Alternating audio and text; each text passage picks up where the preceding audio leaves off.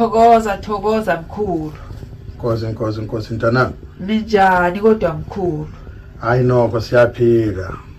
Wena uyaphila nawe na? Hayi siyayiphilela mkhulu, siyayiphilela. Inkosi unjani namhlanje? Hayi ngiyaphila mkhulu, ngiyabonga nje ukuthi ngikuthole mkhulu. Kade ngingayitshela ukuthi ngizokuthola ngendlela obhizi ngayo. Inkosi yami mntanami. Bengithi isikhathi sami ngeke uzube naso, kodwa ngoba naso ngiphile mkhulu.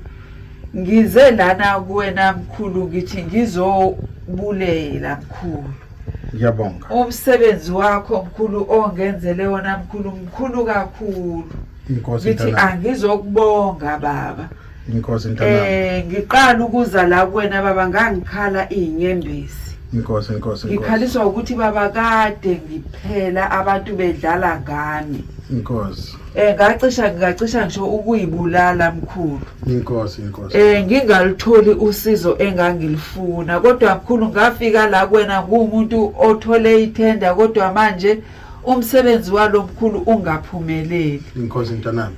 Kukhona izinto owanginikeza zona mkhulu, kumanje ibhizinisi lami mkhulu lihamba ngendlela eyisimanga. Inkosi. Yonke into yami nje mkhulu, ngathi nje yonke into yami manje imhlophe ithithwayo, zonke izinto ezayivalekile ziqaqekile zivulekile. Inkosi mntanami. Naku ke mkhulu engikuphethe okuncane. Amen. Okwamanje kodwa khona okunye engizobuya nako okuzoba ngenhla kwalokho mkhulu, lana ngizokhanyisa nje ukuthi ziphinde futhi into zami zikhanye. Amen mntanami. Amen. Njengoba ngisho nje konke mkhulu kuyakhanya mkhulu. Amen. Wangisiza kakhulu mkhulu.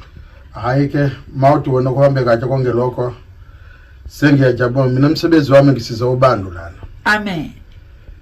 Mangisiza ubantu mabuya kubonga kanje ngiyajabula. Akube ukuthi mina ngijabula kakhulu, kodwa abantu abadala bona bajabula kakhulu. Emakhosini mkhulu, emakhosini. Yebo mntanami. Mkhulu ngiphethe idrink mkhulu. Amen mntanami. Engizobonga ngawo mkhulu. Kunjalo mntanami. Amen mkhulu. Inkosi ayikho inkinga lokho manje ufuna ukunikeza mina unganikeze ngezandla anibhakele lana khona le ndawo akithathe imali ngezandla. Thokoza mkhulu. Mntanami.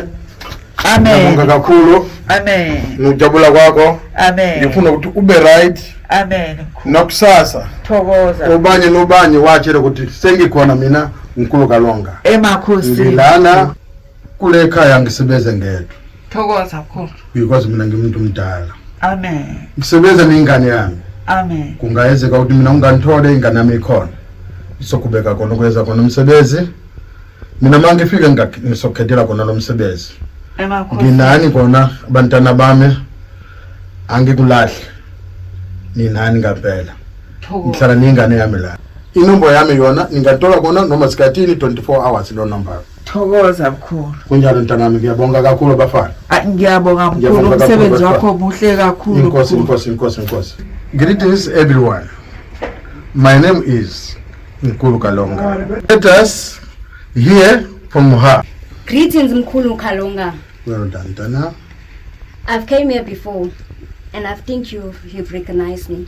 Yes. And I just came to show how grateful I am on how you helped me. Sure.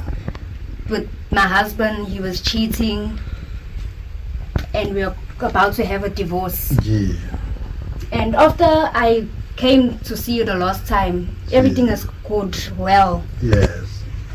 My husband and I were back together with our 3 kids. Yes. And as a happy family.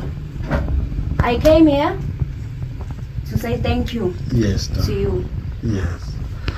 And then well done. Don't put now down. Put left to here. To sit there. Yeah. Thank you. That's my daughter. Thank you, Father. Thank you.